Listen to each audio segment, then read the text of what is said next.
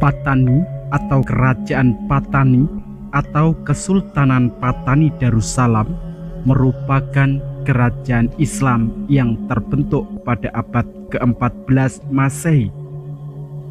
Sebelumnya kerajaan ini bernama Langkasuka. Pada awalnya Langkasuka adalah kerajaan Hindu, namun pada masa kerajaan Sriwijaya wilayah ini berubah coraknya menjadi Buddha. Kerajaan Langkasuka berada di pedalaman sehingga menyulitkan perdagangan dan perniagaan. Oleh sebab itu, Piai Tuk Nagpa atau Sultan Ismail Shah memindahkan ibu kota kerajaan Langkasuka ke pesisir pada abad ke-14 Masehi. Ia adalah raja yang pertama kali memeluk Islam dan orang yang membuka negeri Patani.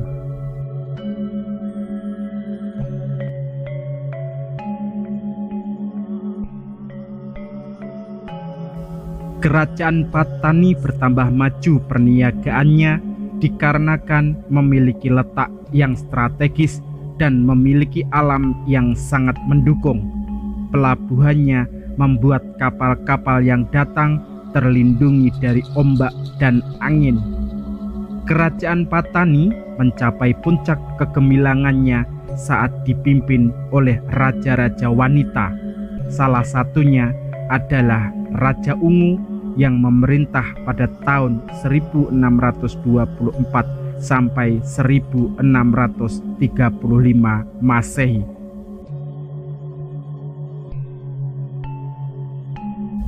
Patani sendiri terletak di Thailand Selatan dan secara geografis cukup strategis. Kantong-kantong Muslim berada di kawasan Thailand terdapat di Provinsi Patani, Yala, Satun, Narathiwat, dan Songkhla. Di provinsi-provinsi tersebut rata-rata dihuni sekitar 70-80% Muslim. Selain itu, Muslim juga tersebar di beberapa wilayah seperti Patalung, Krabi, dan Nakhon Sri Thammarat.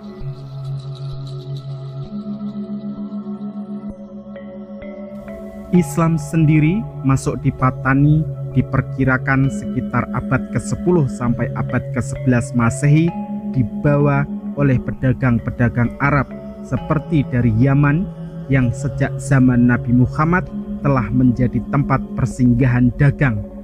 Mereka diberi gelar Kaek oleh penduduk asli Thailand yang berarti pendatang atau orang yang datang menumpang.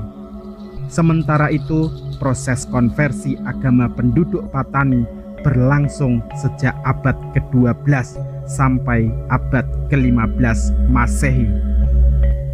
Menurut Hikayat Patani, Syekh Said berasal dari Pasai yang mengislamkan Raja Patani juga ditugaskan untuk mengajarkan Islam di sana.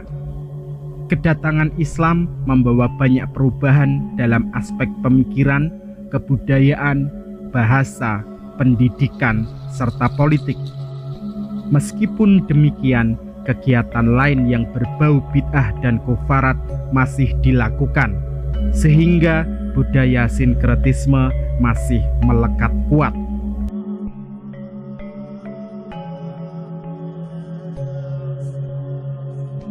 Setelah berkembangnya Islam di Patani, maka pelabuhan Patani mampu menarik perhatian saudagar-saudagar dari timur seperti Jepang, Cina, Siam, dan Kepulauan Melayu. Pelabuhan Patani semakin maju setelah pada tahun 1511 Malaka jatuh ke tangan Portugis. Sejak itu, para pedagang dari Eropa mendatangi Asia Tenggara, terutama Kepulauan Melayu termasuk Patani. Kondisi ini turut merangsang pertumbuhan ekonomi penduduk Patani. Pada tahun 1516, Patani menerima kunjungan kapal perniagaan Portugis yang pertama kali dengan seizin Sultan. Hal ini menandai awal perniagaan bangsa Eropa di Patani.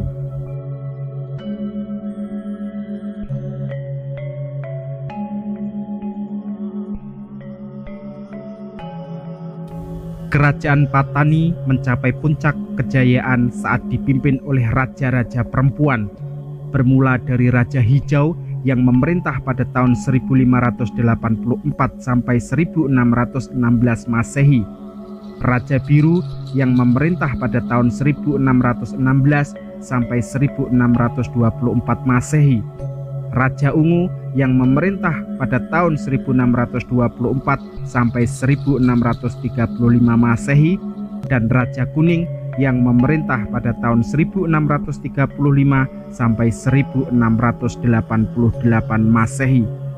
Pada awalnya, Patani dipimpin oleh seorang raja pria, namun terjadi peristiwa pembunuhan yang melibatkan anggota pewaris tahta kerajaan Patani saat itu. Saat itu, Raja Patani tidak meninggalkan keturunan laki-laki, maka akhirnya perempuan dipilih menjadi raja. Masa pemerintahan raja perempuan tidak dapat dipandang sebelah mata, terutama dalam bidang ekonomi dan politik.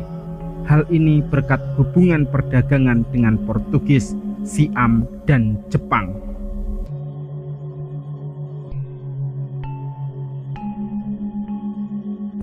Pada masa pemerintahan raja perempuan, Patani mulai bekerja sama dengan Belanda, Inggris, dan Jepang.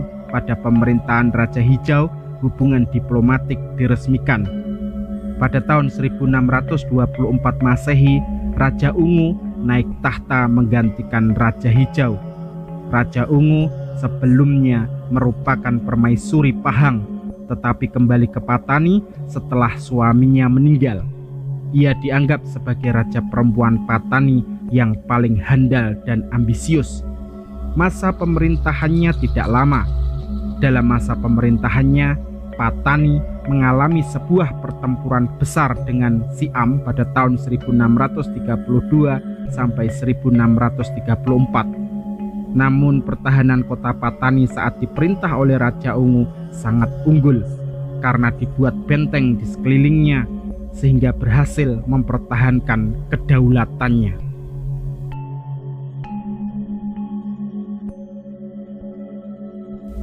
Kebesaran Raja Ungu juga tidak dapat terlepas dari pengalamannya yang pernah hidup bersama Sultan Pahang. Usia Raja Ungu saat memerintah Patani tidak muda. Hal tersebut menandakan bahwa ia sudah matang dalam menjalankan roda pemerintahan di Patani. Di bawah pemerintahannya, Patani mengalami kemajuan di berbagai bidang. Kondisi itu bertahan hingga masa pemerintahan Raja Kuning, sehingga dalam waktu yang relatif singkat mampu menjelma sebagai kekuatan perdagangan yang disegani di daerah semenanjung Melayu. Selain Johor, tidak ada negeri lain di belahan timur semenanjung Melayu yang memiliki kemakmuran layaknya Kerajaan Patani.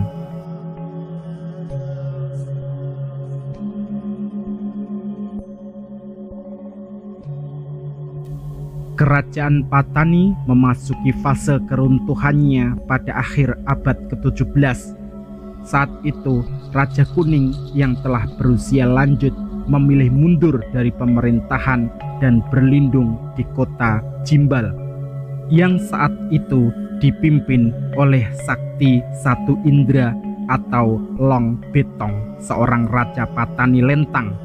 Di kota tersebut, Raja Kuning menghembuskan nafas terakhir, sekaligus menandai berakhirnya keturunan Sari Wangsa dari pendiri Patani, Paya Tu Nakpa.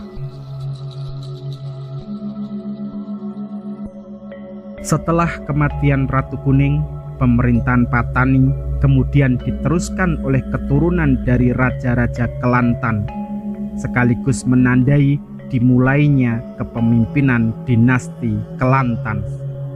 Pada masa awal tiga raja Kelantan, Raja Bakar, Raja Mas Kelantang, dan Sultan Muhammad, kondisi Patani relatif aman karena kerajaan Siam Thai sedang disibukkan oleh serangan Burma pada tahun 1767 sampai 1776 Masehi.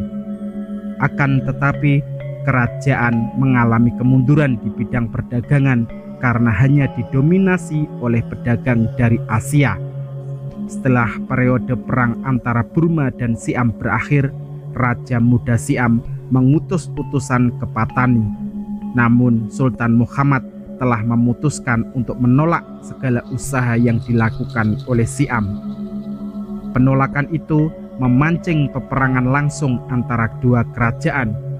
Namun karena persiapan kurang matang dan persenjataan yang kurang baik, maka kerajaan Patani pun berhasil dikalahkan pada tahun 1789. Setelah itu, undang-undang kesultanan diganti dengan perundang-undangan Siam dan diangkat pula seorang sultan bernama Tengku Lamidin menggantikan Sultan Muhammad. Meskipun telah menjadi Raja Patani, tetapi Sultan Lamidin tetap memiliki rasa nasionalisme terhadap tanah kelahirannya. Oleh karena itu, ia mengirimkan utusan kepada Raja Annam, Vietnam, untuk bekerja sama melawan Siam. Sayangnya, surat yang seharusnya dikirimkan kepada Raja Annam justru diberikan kepada Raja Siam.